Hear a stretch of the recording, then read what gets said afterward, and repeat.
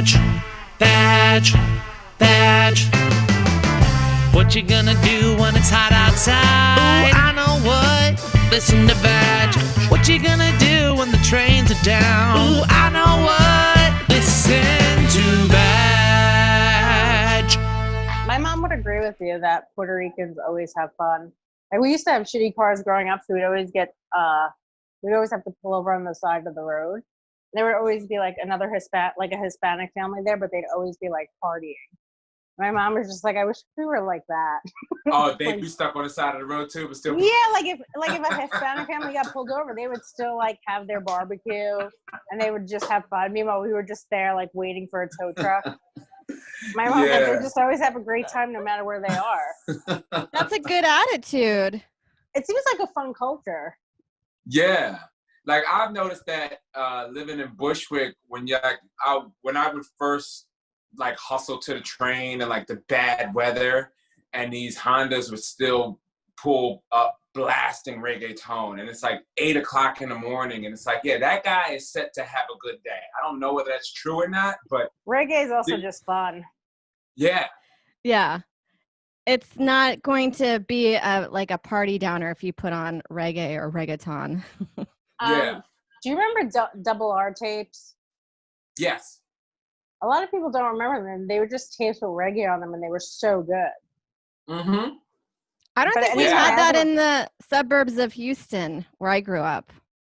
You guys missed out. I just want to let you know, you guys missed out on some hot reggae, but they were great. Yeah, you would wake up, like I didn't grow up in New York, but I know in New York it would just be like storefronts that would just have a speaker and it would just blast double R tapes onto the street. So it always sounded like something was going on. It always sounded like business was great, even though no one was there shopping, but it just sounded like, oh, there's an amazing time going on outside. Yeah, like when you pass by, you're like, that seems fun, and you're like, I'm not gonna buy anything. I kind of only want to hear music for like 5 minutes. So like, as much as I love that, it's like I don't want to deal with that all day. Yeah, that's why I'm always blown away by like those Latino bars where like you walk by, like you could be on your way to the city to do spots, and as you're walking to the train, there's just music blasting out of this bar, and you go, oh, that must be a good time. And you look inside, it's just two people sitting there drinking, but the music is just blaring. So loud. There's places like that in the Bronx, especially like right around the corner from me. And I guess they're like social distancing and stuff, so there's a bunch of tables in the street. It looks cool, but like there's so many people where they're not actually social distancing. Yeah. So you're like, well, that's gonna be fun for a bit, you know? Yeah. Oh, well, at least they'll play music still while we're social distancing. No matter how bad it gets, we'll always play reggae or reggaeton. I know. I can't even tell with that music what's new, what's not. I don't know how they distinguish which artists. I know. I agree. It sounds shitty to say, but you're like, it all could be one long song to me. It's all great, but it's like one long song. Yeah. I went to Catholic school, and we would have sometimes these I don't know why, but we'd have dances, but it was just girls. And when reggae came on, we were all just huge sluts, like just all over each other dancing. And I'm like, I don't know what you guys think is gonna happen when you're playing reggae at school, and it's all girls. We're all just gonna grind on each other. My friend and I were just talking about this, about like how the girls that there's some girls who they can twerk for fun, but you can't break the seriousness. So it's like there are girls who twerk and then they kind of break out into laughter like 5 seconds in because it's a very ridiculous act of what you're doing. But then there's some girl who can hold a serious face and look you in the eye while twerking, and it's like, you're a bit of a sociopath. Like, how can you maintain a serious face while doing such a ridiculous act? I think she's just into it. Yeah, it becomes like a mating dance after a while, I think. Yeah, but have you ever seen like black comics, like their black female comics will go on stage and maybe twerk to the music and then be like, all right, cut that off, and then just go into jokes, and it's like, how do you cut that off like that and then just go into funny time? I don't know. I've gone on stage where they're in like a black room and they're playing music, and I'm like, hey man, I'm not gonna dance, so please just cut it off now. I think they're waiting for me to dance. I've seen you do that before, and it's so funny because the music's so upbeat, and you're just standing there like this. Everyone's having such a good time. And then I'm like, hey guys, I'm not going to dance. So can you just stop? But what is that? Like, when is the last time you've honestly just danced, Adrian? Like, what would it take for you to dance? You have to be drunk? Senior year, reggae, Catholic school. No, I'm kidding. I'm just not going to dance in like in a comedy club. It's with Adrian at a Christmas party before. Yeah, we were dancing. It just doesn't feel right to go on stage twerking and then just doing school shooting jokes. Then like you're out of breath. It's not the right vibe for it. But there's no rule that says you can't do that. You know what I mean? That's just not my stage my persona on stage, to just start dancing and then open up with suicide jokes. It just like doesn't translate. It just doesn't like translate well, I think, for my act. I like it. I thought the best part of Alana Glazer's special was when she was twerking. I thought she did a great job. Yeah. She was out of breath. I could see why, but like she has that energy for her special to dance like that. Like it goes into her jokes. Do you think when she first started working on her hour, she had about 40 minutes of twerking, and then she eventually whittled it down to 5 minutes in the beginning and then wrote her jokes? I would love to see this happen, though. If we could I would work with you, Adrian, to work with a twerk and suicide joke special. Like, if you could just tell a suicide joke and then twerk a little bit after the punchline, and then that would make me feel so uncomfortable to do that. To twerk right before my jokes. My mom does stand-up, and she had this joke where she would shake her ass. I mean, this is a long time ago, and I told her, like, when she wanted to get seriously back into stand-up, I go, you have to cut that joke out. It is so embarrassing. Now, what about you, Sarah? Where do you stand with, like, dancing? I'm sorry, I feel like I'm interviewing you guys on your No, that's fine. I think it's funny where I'm like, Dave, you can take over the show. It's Sunday. I'm tired. Yes, we appreciate that. I don't think you can't dance. I just don't think it's good for my act. But I love dancing. I love watching people dancing. So I'm all for it, but not personally. I like to do, when I get on stage, I like to do that like white lady dance that's like this. Yeah. And then I slowly work my way to the mic stand. And then then I'm like, let's hear it for your band. And then I go into my set. That's great, Sarah. Yeah. I've seen you do that. I am fascinated by the way white girls move on the dance floor. It is it's a lot of like holding your drink up, and then your purse is on your shoulder, and it's a lot of woo. It's a lot of screaming. I'm also fascinated. I love it because white guys are very uncomfortable with it. You know what I mean? Like I could see if you were out and you go to dance, and Joe would kind of be like, all right, get a hold of yourself. Like, what are you doing? You know what I mean? Like, men don't let loose as much as white women do. That's true, but Joe's a dancer. Joe is a dancer. He lets loose. Yeah. More than Sarah. Yes. Well, on our wedding, we just danced the whole time, so we didn't have to socialize with the whole party. Because we're not like social people. So if you just dance, it makes it harder for people to like talk. You know, like I don't want to talk to people I don't know that well that are just, you know, their extended family. So I just went on the dance floor the whole time. Not that I don't. It's just like I hate awkward, unnecessary small talk. Did you? Was that premeditated? Did you guys talk about that beforehand? No, I think it just naturally ended up that way. I don't know. You ever try and dance and someone is trying to have a conversation with you and they're not dancing? They're just standing there the whole time while you're trying to dance? Yeah, it makes me think of Anthony Michael Hall in 16 Candles when he's trying to talk to Molly Ringwald. Dave, where did you start doing stand-up? I started in Philly. How was that compared to New York? I think there's a lot of you guys from Philly that moved up to New York. Yeah, so basically Philly was like, it was kind of segregated. Like there were two clubs when I was there, the Laugh House and Helium. And the Laugh House basically catered to the black comics, and Helium, you know, catered to the white comics, or at least the black comics that kind of fit in the white scene. So the Laugh House closed in 2012, and those of us who were kind of like serious about it were like, oh shit, I guess we need to leave, you know? Yeah. So that's around when you started to see that major exodus of comics from Philly. Philly was good. It was really, but it fucked me for coming to New York because we had a lot of producers in Philly that would put together great shows. Like, you know, you could go to like some crystal ballroom in a hotel and you'd be able to get up for 15 minutes in front of 300 or 400 people where, you know, afterwards people are taking pictures with you. So you kind of felt like you already made it, even though you were an open micer. You know what I mean? So we kind of came to New York with these inflated egos of like, you know, I was already a big deal in Philly. You thought you were a big deal, but you're like, I'm headlining, and then you get here and no one gives a shit. Right, and then to be reduced to like barking and stuff like that, it was a little bit traumatic, but you know, I dealt with it. You know. Yeah, it's awful at first when you move here because no one cares. Yeah, nobody cares. Yeah, no one. You could have even great credits, and it doesn't even matter. Still, you just there's like a hierarchy. It's like you have to pay your dues here a little bit. Yeah. Well, even like Hannibal had to leave New York. Like he didn't even really make it here. He moved here, and it was so hard here. He was like riding the trains because he just really had nowhere to sleep at night.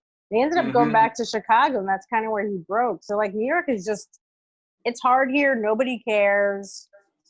I mean, you have, when you did a lot of people that come here from other states, they're surprised that the open mics here don't have any audience. And we're like, no, it's all just comics. And that like can really break your soul as a performer because it's just comics in their own sets. They don't really care. Yeah. And it's like, if you stay in that for too long, you'll probably quit. You have to kind of like bark and intern. I interned for like, I don't know, 2-3 years maybe at some of these places where it's just seating the audience for 9 hours for a 5-minute spot on another night. That usually got canceled. I see it now when young comics come up from Philly and like, you know, they have that look in their eye and I'm like, yeah, sorry, dude, it's going to be a while. Like no one cares. You're going to not get on stage. There's a lot of weird rumors that we spread too in Philly, these weird urban legends. Like I remember hearing there was comedy going on nonstop in New York. Like, oh, there's open mics. People go to see comedy on their lunch breaks. So you can do comedy all day and just make a ton of money. Like, on their lunch break? Yeah. Like someone actually told me that like people take lunch breaks from like Wall Street and take in comedy in the middle of the day. So there's plenty of fucking work. And like, I believe that dumb shit. I did too. And then you're like, it's only sad fucks that do like, you know, day open mics. And like, open mics all the way by Wall Street. I've had a few of those and you're like, no one's coming to these. And they're not even comics are coming to them. Mm-hmm. Yeah, and that whole performing when the mics used to be at 3 in the afternoon or 4 in the afternoon. And you just like to go into a dark comedy club and then come out to the beaming sun of like people are out living their life and no one gives a fuck about you chasing your dreams or working on your 5-minute set. And to be done comedy, that was the part that sucked. To do comedy from 4 to 7 and then just be done doing comedy because now it's real showtime. And like, you know, my first 2 years were probably spent just sitting in the window at Stand Up New York. Oh, I remember I would always be kind of busy with shows during the week, like little open mics and stuff. And then it would always depress me that Friday and Saturday were always my quiet nights because I never got weekend shows. And you're like, this isn't what it's supposed to be like for a comic. We're supposed to be doing, you know, the weekend shows, not going home and doing takeout and then watching a program. That's when you could have been barking and doing all that garbage on the weekends. Because that's kind of what I did in the beginning. I know, like but I'm not a barker. I can't do it. First of all, if you don't take a flyer from me, then I automatically just mad at you. So like it wasn't great for me. I don't know that I ever got anyone in because I instantly was just, I remember I would bark where people in the summer and people would just be eating outside. Do you know what I mean? So you're barking to these people as they're passing by, and then those people are annoyed with you also. So it's like, I I would rather just intern and see people for hours than do that. It's so brutal. Well, I was also a 6'2", 200-pound black man, just like, trying to stop people. Hey, what are you guys doing tonight? Like, I was the worst barker. You know what I mean? That seems like a terrible idea for a black dude. Just be barking for people in New York Got City. shot. Please come into this basement. And, I was straight. Like, I was a bit of a hood dude back in Philly. So I'm coming, I've got like hoodies and, black skull caps and stuff on. Like, I did not have the presentation to just stop people on the street and invite them into a basement for laughs. Yeah. What was the like when you would ask people to come to shows, do they just walk away from you? Yeah, people wouldn't even they would just do this move where they try to turn and just get around you. You're like, right, they're not even hearing what I'm saying. You know what I mean? Yeah. And that was probably before like this fake wokeness came too, because then you could at least now talk to fake woke people who are like gonna pretend they're listening to you, but they're still gonna walk away. Yeah, you could have taken advantage of white guilt. I always said, like, when black people were getting shot by cops, that seems like the best time to get white women to blow you. It's funny you say that. We walked through last night through Bushwick, and there were so many Black Lives Matter signs on these really modern looking apartments where you just know no black people live at all. Like there are no Black Lives Matter signs in Bed-Stuy at all. Yeah, and then you're like, where do your kids go to school? And they go to like the nice school like in Park Slope or something like that. Yeah. It's funny too, you mentioned the thing about like that white guilt. We were just like, I had got coffee this morning and we're still doing these paper straw things, which I hate. And yeah, they're annoying. We care about turtles. Can you put that on the Black Lives Matter agenda? Well, that's what I was about to say. Get the other straws back. Yeah, the straws apparently make up like 5% of the plastic in the ocean. You know what I mean? So we're really not solving the problem. Why does it matter? Yeah, I want plastic straws. Can you just say paper straw? Oh, go for it, Dave. Sorry. Turtles dying got this done.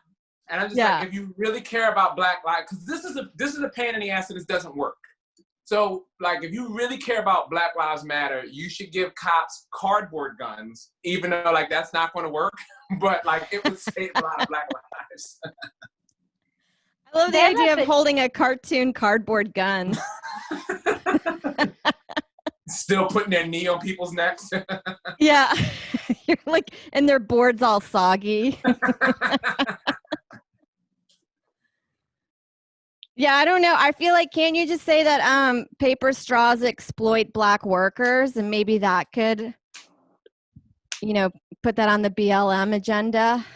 Yeah. You can pretty much push anything right now. That's the beauty of propaganda. You just tap into people's guilt and they just kind of really lean over. I mean, it's the same, like, I feel like people with propaganda, it's the same way you kind of pressure a teenage girl into sex. You just kind of like lean on her insecurities. Yeah. This is not that type of podcast, Dave. Do not talk about pressuring girls into sex. Okay? Vadge, I know. It's so weird when, like, I guess in the midst of all this Epstein stuff, I mean, because they were supposed to, I guess, come out with names and stuff, but just reading what's come out so far, and like Clinton is all over all of that stuff. Have you read any Trump. of that stuff? It's Mar-a-Lago or whatever it's called. Have you read any of the stuff that's come out? I followed so many people now just because they're breaking down that stuff. Not like on really. Twitter. I see whatever someone sends me in like group texts or group chats. I saw one yesterday where there was an article, someone was complaining that no black children were molested by Jeffrey Epstein, and they're like focusing on the fact. So they want equality even in rape. What a crazy world! R. Kelly's doing his part. Where you're upset that like you're not being represented and children being raped by someone. How fucking nuts is that? How do you even notice that in a situation where children are being molested, to be like, wait, there's no black children here. Like people like have that's the one time themselves. that racism has helped. I remember I had a joke about that. I forget who it was, but it was something like that, where it's like, I can't even imagine where someone's like, well, have you noticed he's only raping white kids? You're like, I don't know, man. Like, count your blessings. I don't know. Yeah. It's so crazy to me. But you guys, I think you guys did make that observation before with R. Kelly. Were his victims only Black? I think so. And they were girls from like low economic situations. So it kind of exploited the families because they took the money because, they need the money, and it kept it quiet for a longer time. I think that's also, though, like priests, whenever they're going to rape kids, they always go after like single households. The dad's not there. They're very poor. It's the same thing where they know they can kind of do it because no one's kind of paying attention. Yeah. It makes really it harder. It's really shitty. But I guess people in that situation, like, especially, I think people really trusted priests. Maybe not now, but back in the day, they thought they were like kind of like God.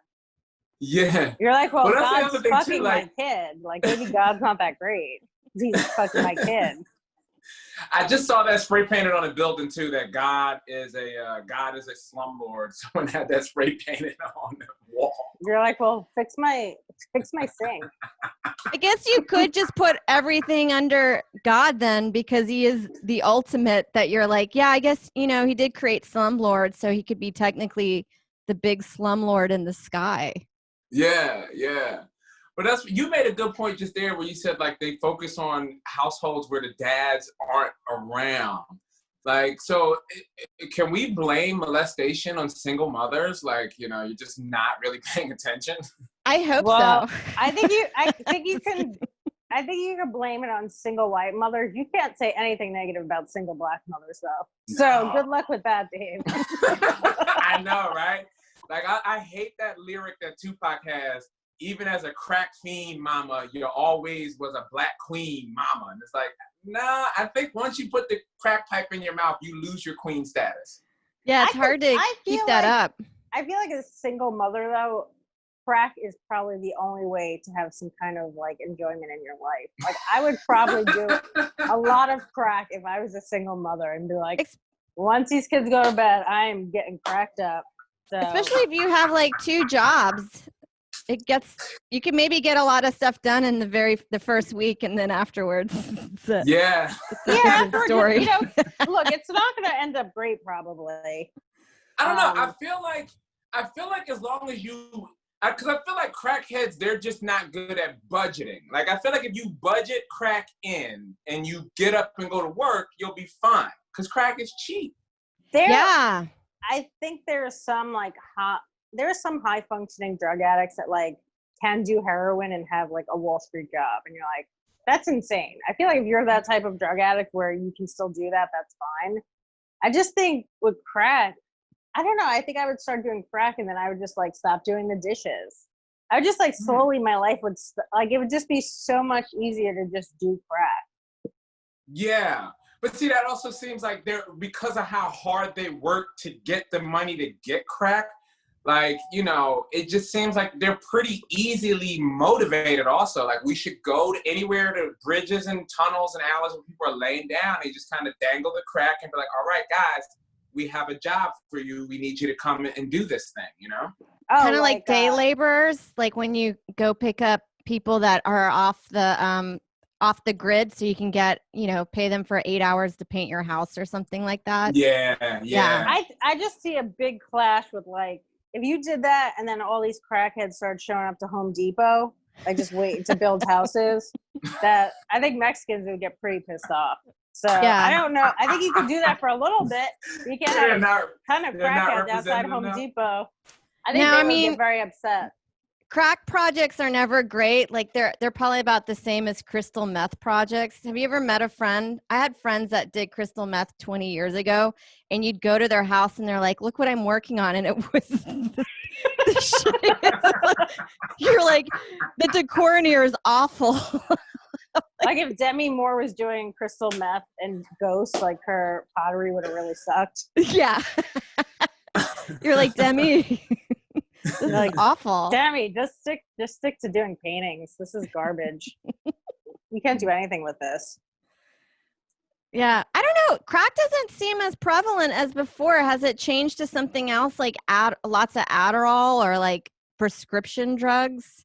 Yeah. Yeah, it's prescription drugs. I watched a documentary about,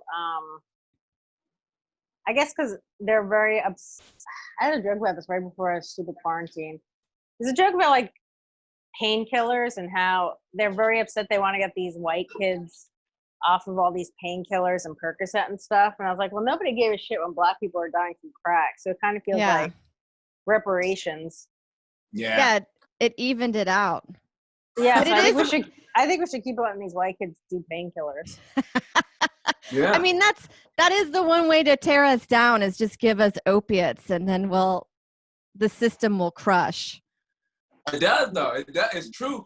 Like I did a joke about this too pre-pandemic. I used to ask the audience like, what is a good age to let your kids know you're on drugs? And it's usually silence or they start yelling out these grown numbers. And then I would kind of reveal like, dude, your kids, they're home way more than you are. All they do is snoop through your shit. They know what you're doing. Yeah. And I will call out how most of the white people in the audience, most of you are on prescription drugs and you have a problem to the point where you open it up and there's less pills than you expected to be there. You're scared to even confront your children because you don't know how many pills you've been doing. So like a lot of kids are stealing their parents' pills and the parents are scared to confront them because they're like, shit, maybe I was taking that many, you know what I mean? But that's how the kids get them. Oh yeah. I mean, it's quite shocking to know how many people are just like doing Adderall and Xanax and Percocets and all that. And you're like, oh yeah, you're a drug addict. Like, they don't You're know just, that. right. You're just not getting your drugs usually off the street, but you're still a drug addict. Yeah. Yeah. Your guy, like when you go to like Walgreens or Dwayne Reed's, it's the same concept as a bodega. It's just spruced up. Walgreens, Dwayne Reed, they don't make their money off of the chips and shit in the front. It's the drugs being sold out the back of the fucking store, just like a bodega. I like early on I had a joke, just kind of about how you go to your therapist and you try to get Xanax from him and you feel like more like a drug addict than if you were just going to buy it on the street. Because he makes you feel worse than guys on the street. They'll just give you it, but to him you have to really sell yourself and how you're not hooked on it. And he's Come on, I'll suck your dick. You're like, you have to create these dilemmas in your life to make where you're like, I just can't sleep at night. I always felt like more of a drug addict going to an actual doctor than if I just got it off the street from someone. Oh yeah. I mean, well, I remember that was the thing that I always got annoyed about buying weed is that I would go into the guy that sold it his apartment and then we would have to do this song and dance where I had to pretend I really enjoyed his action figures. And then his sick grandmother would be in the other room just like on a breathing apparatus. And then I'd be there for like 20 minutes where I'm like, can I just get my drugs and go? Like, oh, small talk with drug dealers? That's the worst. I know. I'm delaying my next purchase because me and my weed dealer follow each other on Instagram and he just put out a mixtape and I'm like, I do not want to go. That is so funny that you won't go see him because you don't want to buy his dumb mixtape. Can't you just wait a little? Can't you just tell him you already have it? Well, I know he's going to ask for my feedback, and I'm like, just say it's great. Yeah, but he's going to. If I say it's great, like, and it's weird because I've known him for a long time. Like I've watched I literally watched my weed dealer grow up. You know what I mean? I've known him since he was like 13. What you're saying is you're so proud of him. His mixtapes aren't getting better. Well, no, he just started the rap thing, but I used to buy from his brother, like they're a family, right? And they sell for their dad. And his brother got kicked off because he fucks up the count. Like he's really bad and he gives away free weed to his friends. So yeah, that's not good. Yeah. That's bad for the family business.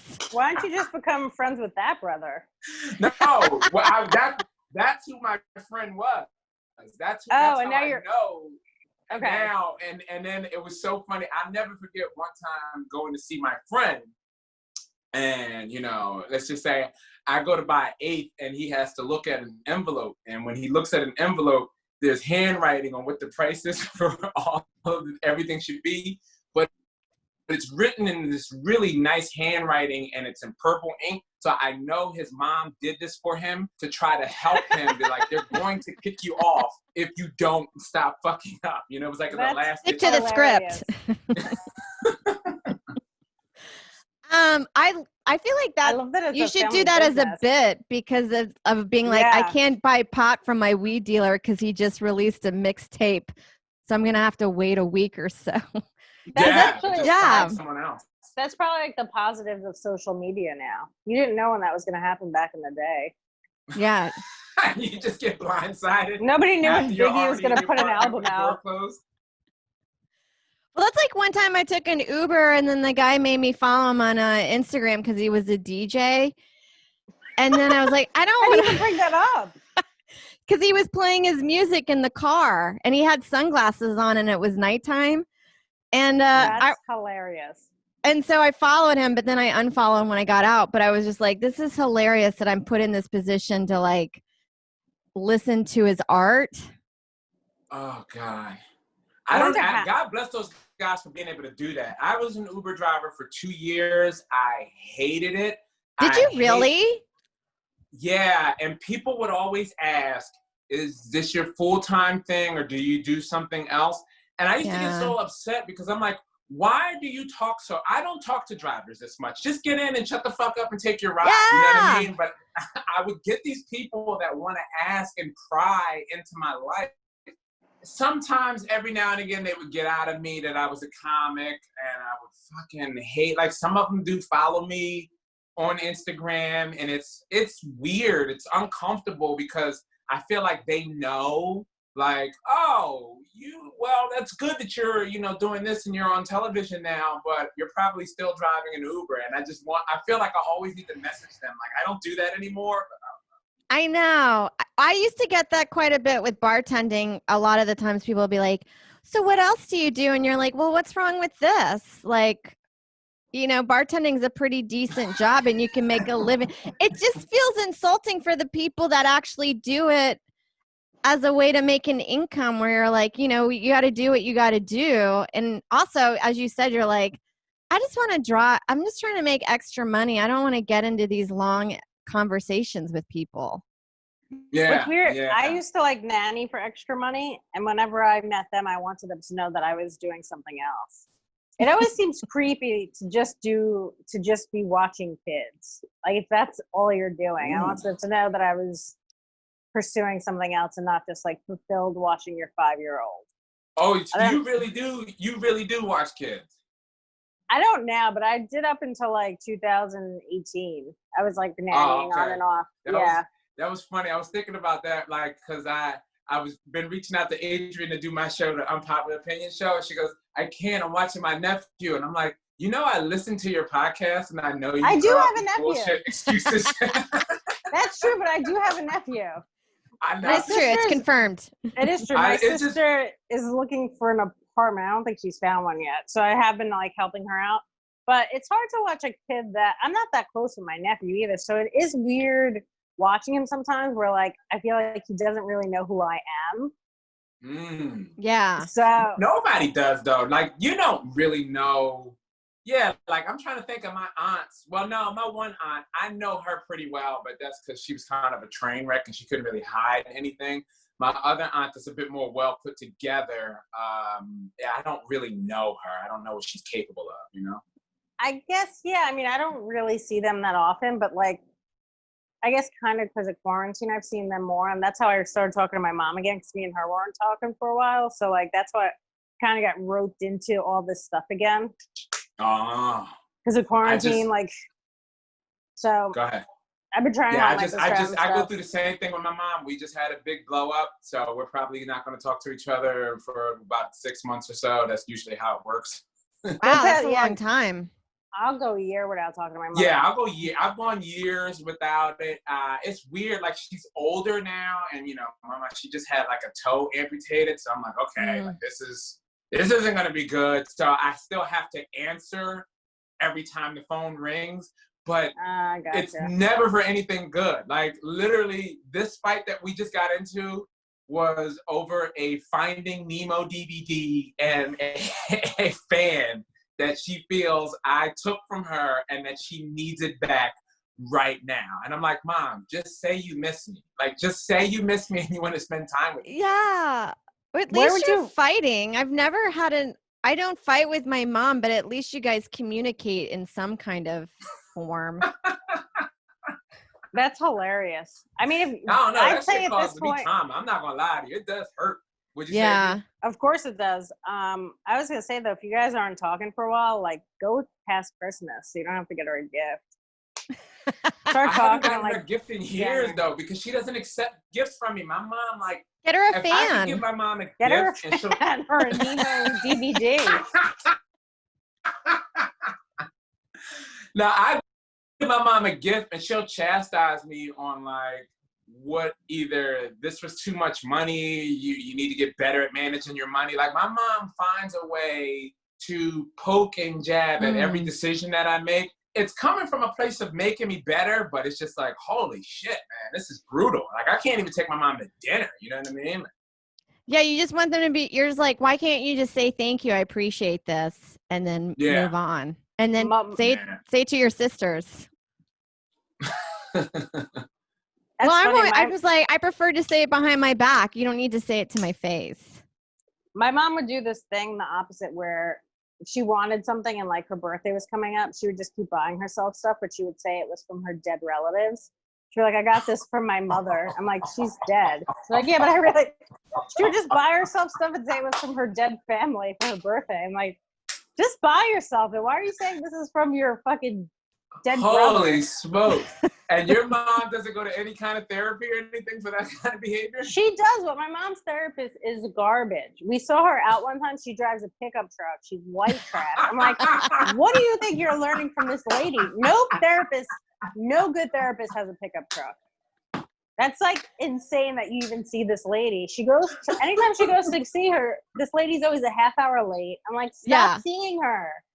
I think I know why she does that, though. She does that because she feels like, okay, this woman can't judge me. Or if she does judge me, she drives a fucking pickup truck. So, like, fuck her opinion. You know what I mean? She drives a pickup truck, and she wasn't like, because I met her, we almost got into a fight before I knew it was her. She was like backing up and not looking. And then my mom was like, wait, I think that's so-and-so. And I was like, this is your fucking therapist giving you life information and trying to help you, and she almost ran us over? Holy What's her name? And she has a terrible name too. Is it Thelma? No. I can't remember her name right now, but she's like the worst. I'm like, stop going to this lady. My mom fights with her therapist. They'll go through periods where she's not talking to her. Is she? It sounds like they're friends. Yeah. Kind of. You're not supposed to be that close to your therapist where you guys are having fights. I know. A friend of mine, a white friend of mine, got into it with his therapist over Black Lives Matter because he was basically venting some of his darker thoughts on like how he really doesn't give a fuck, and like he's like, I don't feel like I should have to give a fuck, and like his therapist definitely like broke that barrier and then kind of coaxed him into, if you want to take some time off and maybe not come next week, I totally understand. Like, she definitely tried to like stop seeing him because of his views on Black Lives Matter. It's hilarious he even told you this. Why would he tell you that he's not into Black Lives Matter? Is he your friend? Oh, okay. So Such a weird Philly thing to bring up. but it's different. Okay, Philly is different. Like Philly, there's a section of Philly, Kensington and Port Richmond, where there's just like poor white trash. And is this shame?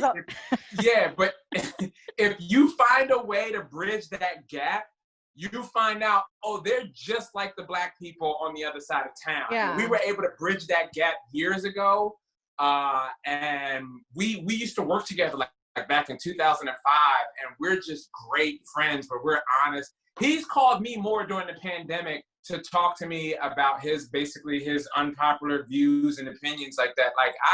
I don't shy away from stuff like that. Like, a lot of people look at me a little bit weird. They're like, how can you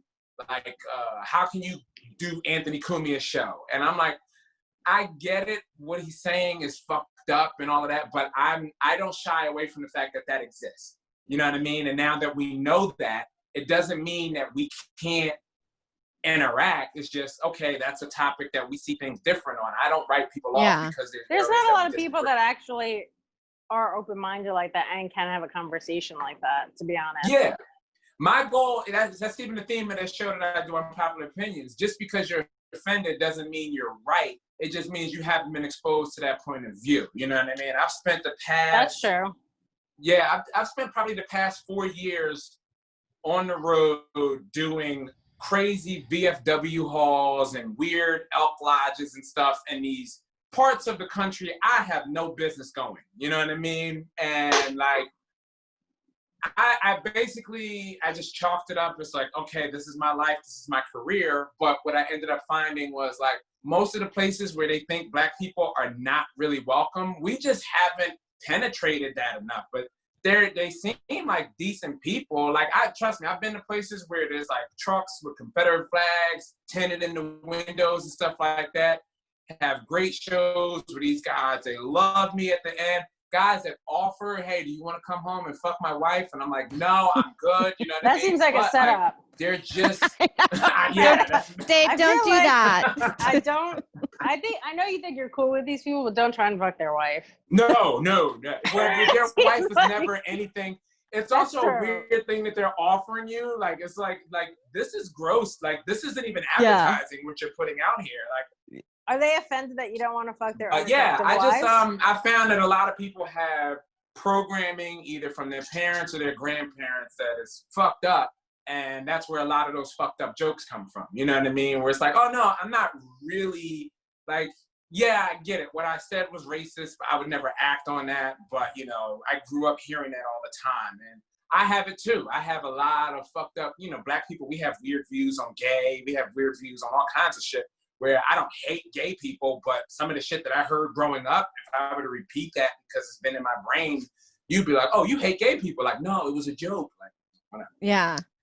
What do you think of all the cancel culture? It's hilarious. That's why I'm like, my show was trying to preemptively cancel myself. You know what I mean? Like, hey guys, that's pretty hilarious. For a long time. Sometimes I wish to get canceled so I can move on with my life. Yeah. And become a hairdresser. Just be done with it. Yeah. So you can just be like, I don't know, trying to live up to like stand-up comedy sometimes is kind of hard. I don't know. It's not enjoyable sometimes. I like jokes, but I don't like the lifestyle of not making any money. Well, if you could be a comic and just keep getting unemployment and $600 a week, I think a lot of comics are like, this is the best life. Yeah, I would, for sure. Guaranteed money, yeah. I think Liz was talking about that. I'll be honest with you, I'm glad that the 600 is going away. Because some people were feeling themselves a bit too much. Like, some people actually thought they were successful and that this was their income. It was me. It was you. Like, it was all of us. Oh, I should start investing and we're going to buy a second home. That's hilarious. You should get a second home. No, I know that you're right. It's just like you're like, why aren't we doing this all the time? The 600 extra is pretty sweet. I want to see what's going to happen if like crime's going to like skyrocket when people just start getting evicted and living on the street.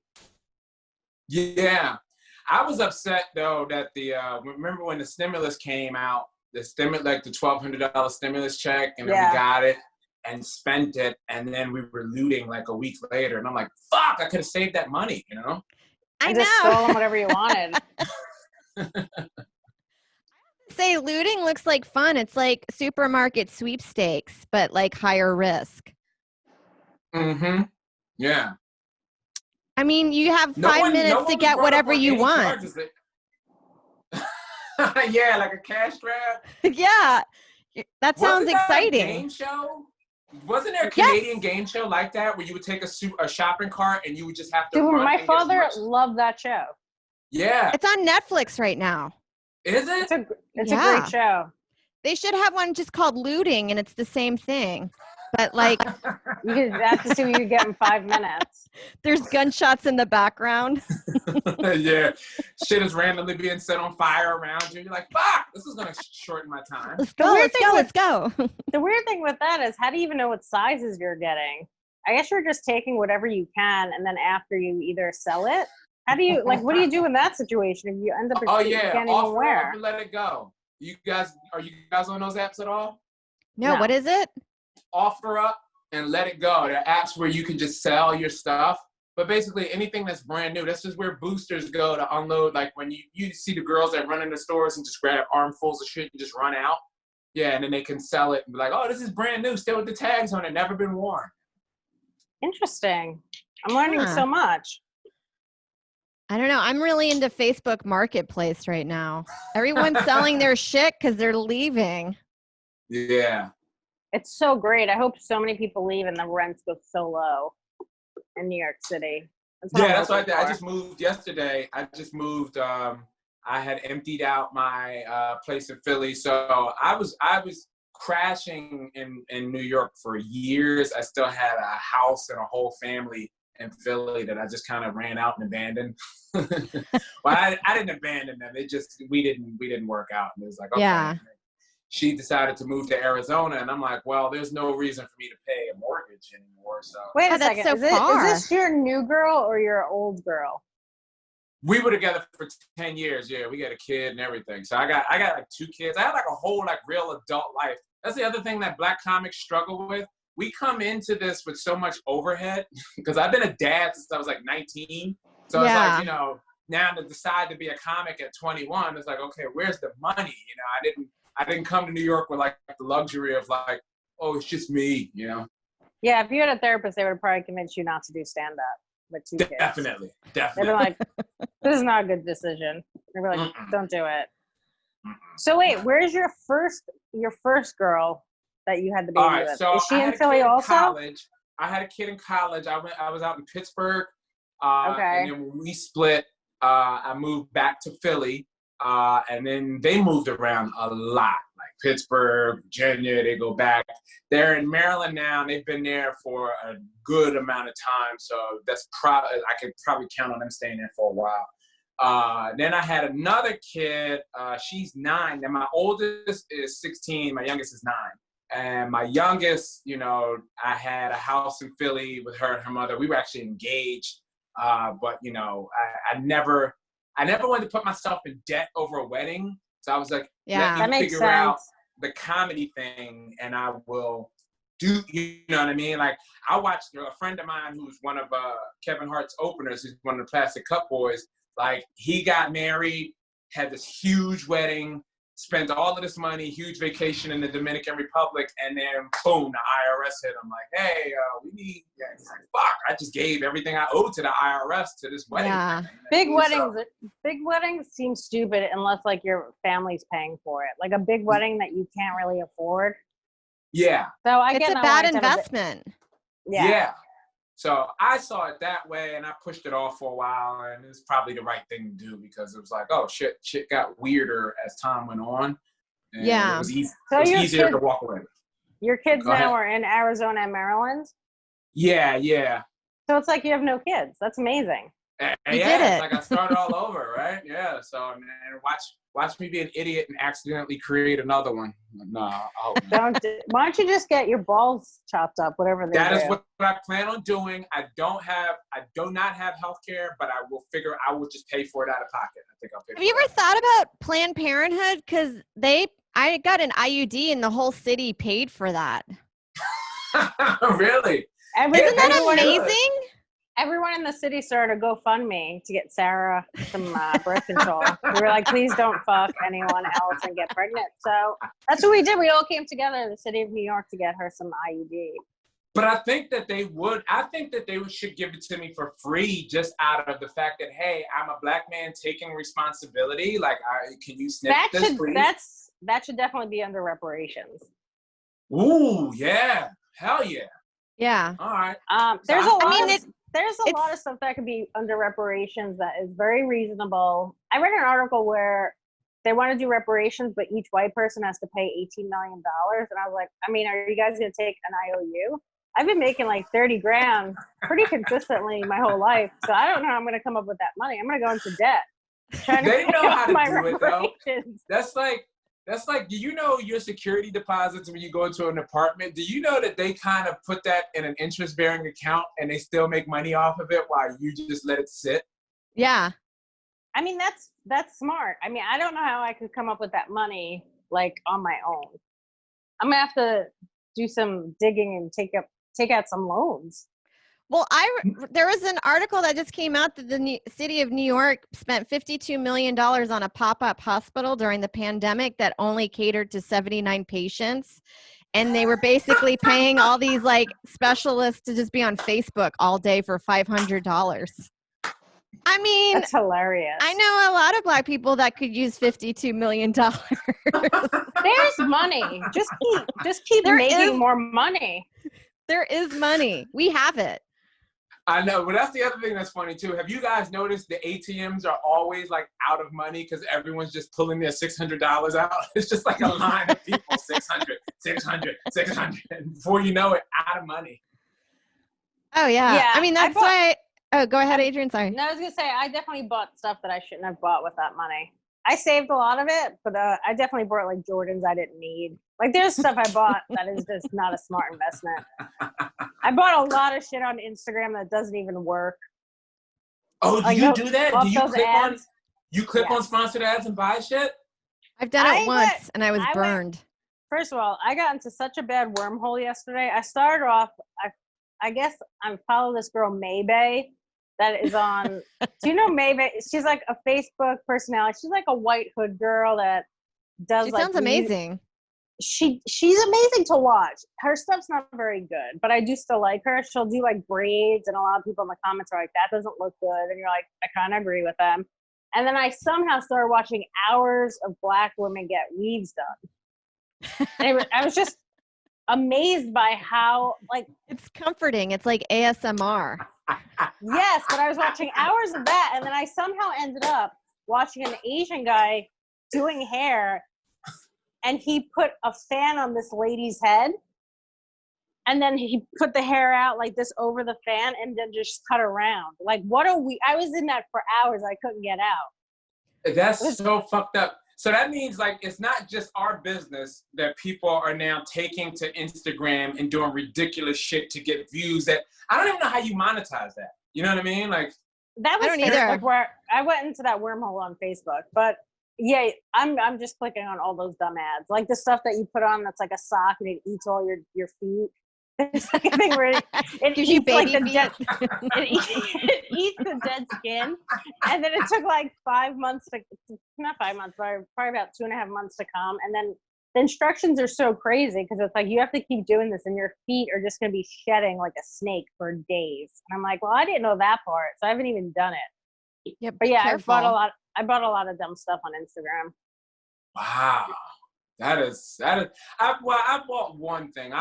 There were these shorts that they would show, and this also shows you the difference in like what people's Instagram show them. But these shorts that you can like work out in, but they have like tights underneath of them that you can put your cell phone in the pocket. And then like. Did you like them? I liked it. I bought them. They came from China. It took like 2 months for them to come, and Yes, they sounds fit about right. terribly. Like, Uh-huh. and I'm like, okay, I'll never do that again. Well, you shouldn't buy stuff like clothes that Asians are creating because they have no bodies. They're like children. They're so thin. They have no hips, no ass. I feel like they do their sizing on purpose to make Americans feel fat. Yeah, yeah. You're like, oh, a size 6 is like a size 0 in Although I feel Asia. like they struggle a little bit. Like, you ever see the calves on Asian women? Like, Asian women have some serious calves that are just like, that's. I'm gonna have to check that out. I'm gonna have to check that out. I haven't seen their. Wait, what did you say? I missed it. They need bell bottoms or like flare jeans. I haven't checked out their calves. That's so funny because now I'm like, every photo I've seen from the 70s, I don't think I've seen one Asian wear bell bottoms. I think Bruce Lee did it a little bit, you know? Yeah, he did. I just feel, I'm like, was it only, no, I saw black people wear bell bottoms back in the 70s, but I feel like I feels like there were no Asians in the 70s in America. 'Cause I'm just going through, like, I think I see a lot of stuff online of 70 imagery, and I'm just like, I don't think I recall seeing any Asians except Bruce Yeah. Lee. Yeah. Bruce Lee was like breaking in. He was like, Yeah. he was the one knocking down that barrier for Asian equality. And, you know, Yeah. Oh, interesting. He was paving the way. Yeah, Yeah. because remember, like, apparently him being in that show, like, the Green Hornet was, like, offensive because he was, like, better at Kung Fu. He really should have been the main guy. But, like, they were like, no, you're Asian. So just, like, get in the sidecar and put this mask on so no one knows. That's so funny. Like, white guys are So like they were mad. trying to They were mad. like, They're like, stop being better than us. We're still gonna pay you the supporting actor role. You're not and gonna put be you the in a actor. hornet mask. How bizarre. Yeah, white people We're white awful. people, I'm not gonna lie, I admire white people's ability to just dominate everybody. You know what I mean? Like, who was that had that joke about, like, for white people, because black people are, like, bigger, stronger, and faster, so for white people to pull off slavery is pretty fucking neat. Yeah. I mean, when you think about it, it's like, how did we do that? I guess with mind control or just like, I don't know. I feel like the conversation went down and there were some white people that were like, this doesn't sound like a great idea. And they were like, no, but hear me out. And then they were like, I don't know, I feel like this is going to come back to bite us in the ass. There had to be somebody that was just like, this doesn't seem like it can go on forever and no one's going to get upset. Yeah. I just don't know how no one had the foresight to see that. Well, see, and there's like a level of conquering that's fascinating. Like even like when you look at animals that we've conquered, like horses are fascinating to me. Where it's like, guys, you guys have no hopes, dreams, or desires to do anything other than to just carry people around on your back or allow us to strap anything to you and just give you a task to do all day long. Yeah. I guess and they do it. They're just not smart. Elephants are really strong, and we kind of trick them into thinking they're not. Don't we like put chains on them so that they can't move them as babies, and then when they get bigger, they just think they can't do it? God. Which is some serious pimping, Jesus Christ.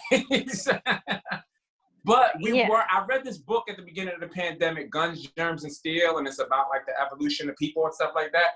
And they were talking about how man failed to conquer the rhinoceros or the hippopotamus. Like, we tried, but so many people died trying to do it that they were like, all right, fuck it. So that's why they had to move away from them. They were like, let's not settle by water. Yeah, this is also why I don't understand why people just don't stand up for themselves and put up a fight. Like, when you see all these documentaries where they're like, oh, well, he was so powerful. It's like, you have to put up a fight. If you put up a fight, as you see, eventually they'll just leave you the fuck alone, you know?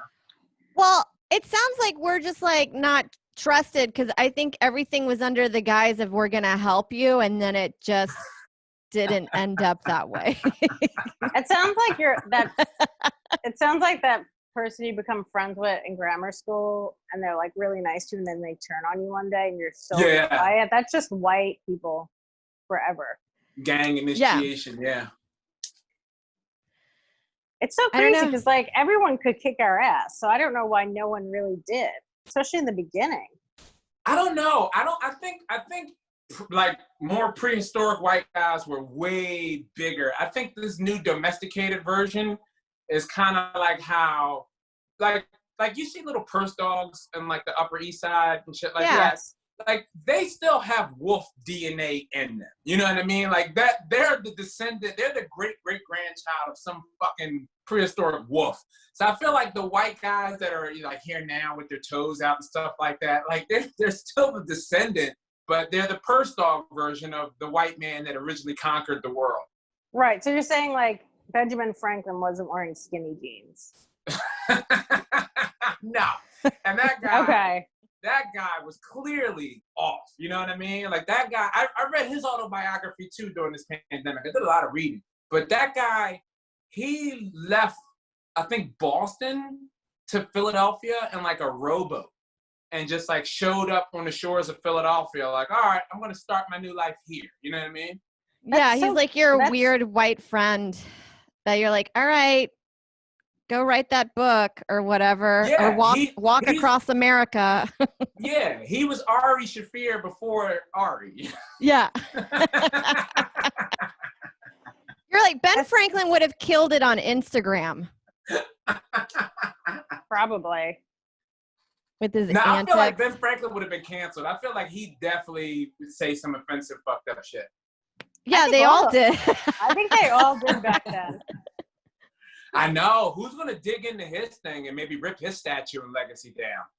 Well, but then we have to give electricity back. Like, we have to be careful how far we're going to dig into people's past. Yeah.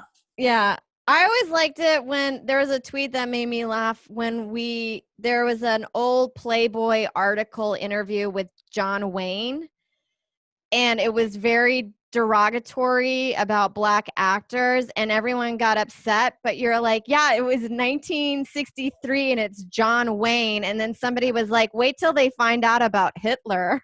That's hilarious. They're going to be really upset. You're like, yeah, we know he was a piece of shit. Everybody was a piece of shit back then too. Yeah. That's why I try to get ahead of it, man. I grew up in the hood. We did a lot of awful things. Like the craziest thing that fucks me up now is finding out how much shit people get upset about. And like this, I know I'm fucked up because I'm like, I hear about shit and I'm like, wow, you can't do that? Like, okay, duly noted. And it's not like shit that I like do, but it's like shit that my friends would definitely do. And you know how you have friends that do awful shit and you know they're a piece of shit, but you're just like, okay, that's my friend. That's just what he does. You know what I mean? Yeah. And then they're fun or they're cool to you or something. Like I always wonder, I'm like, where do you draw the line with your friends? Like, are there guys that were friends with Hitler that were like, I don't know, he's pretty cool to me. Like, I don't have any, like, where do you draw the line with certain, like, I wonder that too with like, if I was friends with O.J. Simpson and, you know, he did get off, he got not guilty, but it feels like, you know, it feels like it all pointed in his direction. Do you still stay friends with him or not? Especially if, like, the level of people Yeah. The level of people I would stay friends with that were assholes but had a pool. Like, I would stay friends with people that could help my life out, even if they were fucked up. I'd be like, well, they have a nice pool, or like he picks me up to go to school. Like, whatever it is, I'll just use that to my advantage. He lets me borrow his car. Yeah, and you know the pool, once everyone clears out, you'll have the pool to yourself. He'll be inside sad, and you're like, you're not going to use your pool today, right? Yeah. Hitler had an amazing pool. I'd be friends with OJ. Oh yeah, well someone's friends with him now. Whoever's holding the camera while he's doing all these videos. Honestly, though, Good point. I wasn't like friends with Nicole, so like I don't really care. You know what I mean? That doesn't really affect me in any way. So I mean, like, I don't know, man. Like, I get it, it's fucked up, but I go way back. Yeah. Well, this is fascinating to me about OJ too. Like, I don't follow OJ on Twitter, but I do go to his Twitter whenever I just need a recharge of like a good perspective on the world. Because like OJ, he's doing nothing on Twitter but trying to spread joy and happiness. Like, never does he tweet anything angry. It's always just, hello, Twitter world. It's a great day and blah, blah, blah. And then it's like 400,000 comments of people, fuck you, you asshole, you murderer. Like, some people post Nicole's bloody carcass on the floor in the comments every time he tweets. And it's like, what if he was what if he was just like person than him? What if he was like, yeah, man, I already seen that. I was there. I made the carcass bloody. Let's move past I've moved it already. on. It's like, how long are you guys going to bring up this murder? I've also done other shitty things. Right. And I mean, like, for you to carry... And tried to get him to come on the podcast. Oh yeah, dude. But for you to keep a picture of Nicole's bloody carcass in your camera roll, just so that when OJ tweets, you can comment that. Send. You're no longer a good person. Like, Yeah, I always feel like anyone that like reaches out to anybody, celebrity or not, on Twitter, I'm like, you're a crazy person. Unless you're like retweeting or faving or just being like, hey, this was really fun. But to just like reach out to somebody and express your opinion to them, I'm like, all right, you got to get offline. Like, this is not good. yeah, I would like to become friends with him and have him confess that he did kill them. I'd be like, doesn't that feel good to tell somebody? You gotta have to want to get that off your chest. Yeah. You feel like that's all OJ's therapist just hints at every session? Like, is there anything you want to talk about from 1994? He's like, nope, still good. He's got to have a therapist, right? Who takes on that job of being OJ? Like, I would be how? his Because like even for the guys that are in prison, when you look at guys like Cosby, Weinstein, all those people, there's a social worker in jail that has to check on people to make sure that they're not suicidal. that job. Yeah. I love crazy people. I love how nuts they are. I would love to be a social worker in there. Huh. Because you find out they're actually pretty normal. Like, especially the ones who lash out violently. Like, if you were to listen to everything that led up to that, you kind of go like, oh, shit. Yeah, that makes sense. Okay, I probably would have done the same thing. Shit, does everybody know that you were going through this? Yeah, there's like a weird dynamic because I was friends and I lived with that guy Aaron Glazer that got the 4 alleged rape accusations against him, which is a lot of allegeds. Yeah. You had 28 alleged rapes? But, well, I like to bring up the fact that they are alleged. They've not been proven. I just always say it because I never want to get sued. But I wonder if I would see him, if I would be like, you monster, or would I just be like, hey, Aaron, what's up? You know what I mean? Yeah. Like, you never know what you're going to do. It's weird to like. I think you would hold on to that resentment if you and him became friends again. And then as soon as you asked him for a favor and he didn't do it, you'd bring it up. I like how, though, that's the funny thing that's the only thing that makes like white people turn on each other the same way. So like black people, the unforgivable thing is like snitching. You know what I mean? Like, yo, there's a rumor that you snitched, and then the whole hood just ostracizes you. So then they're like, hey, you allegedly raped somebody, and the whole hood just kind of turns on you. Yeah.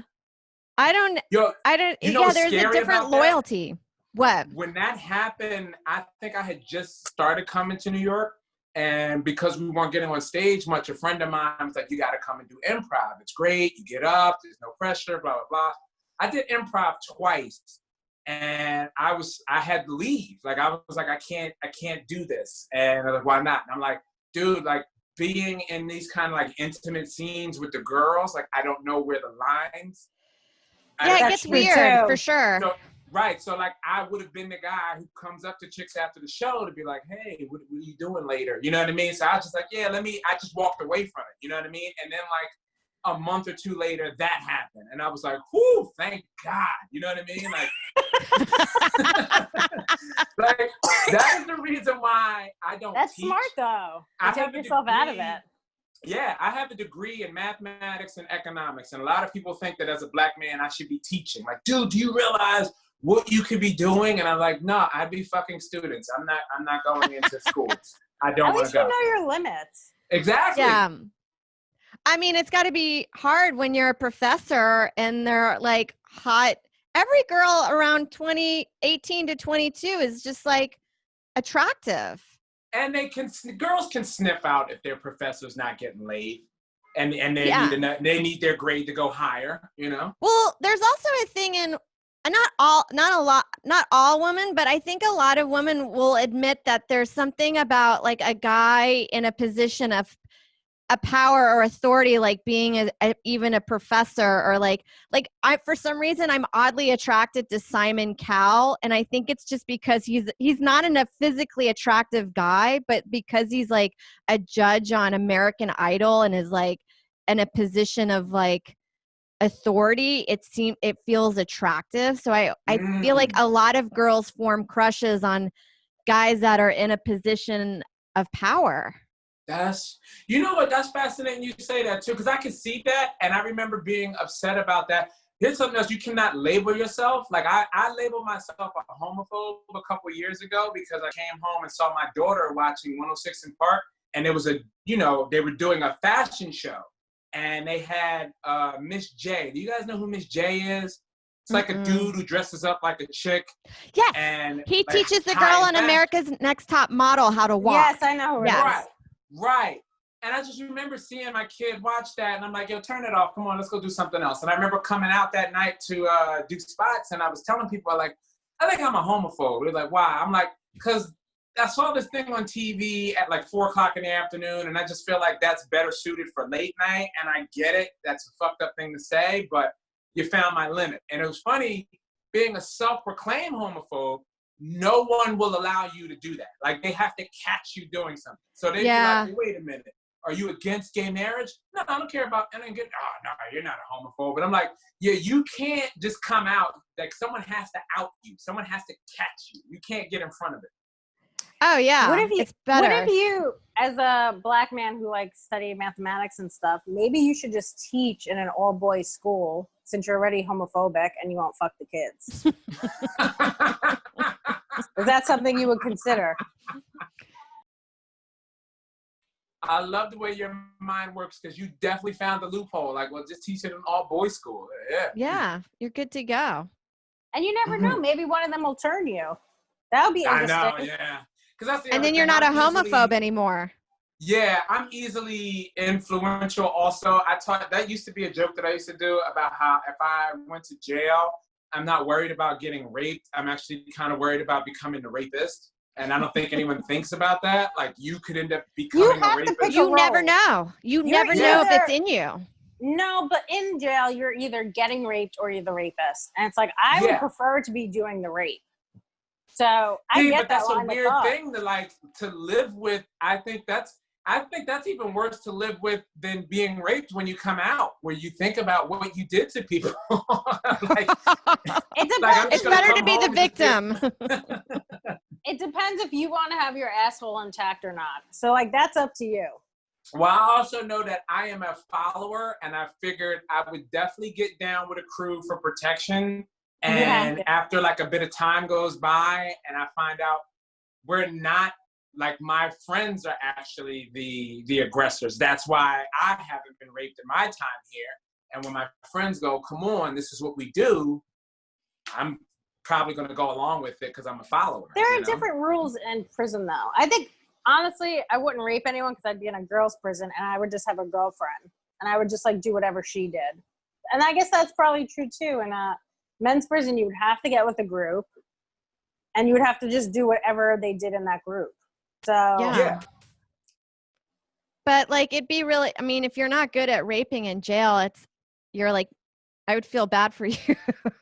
Well, I think too, if like it's you and a bunch of dudes holding a guy down, you could not really hold him down that tight. You could just pretend. Well, to maintain an erection, such a crazy conversation.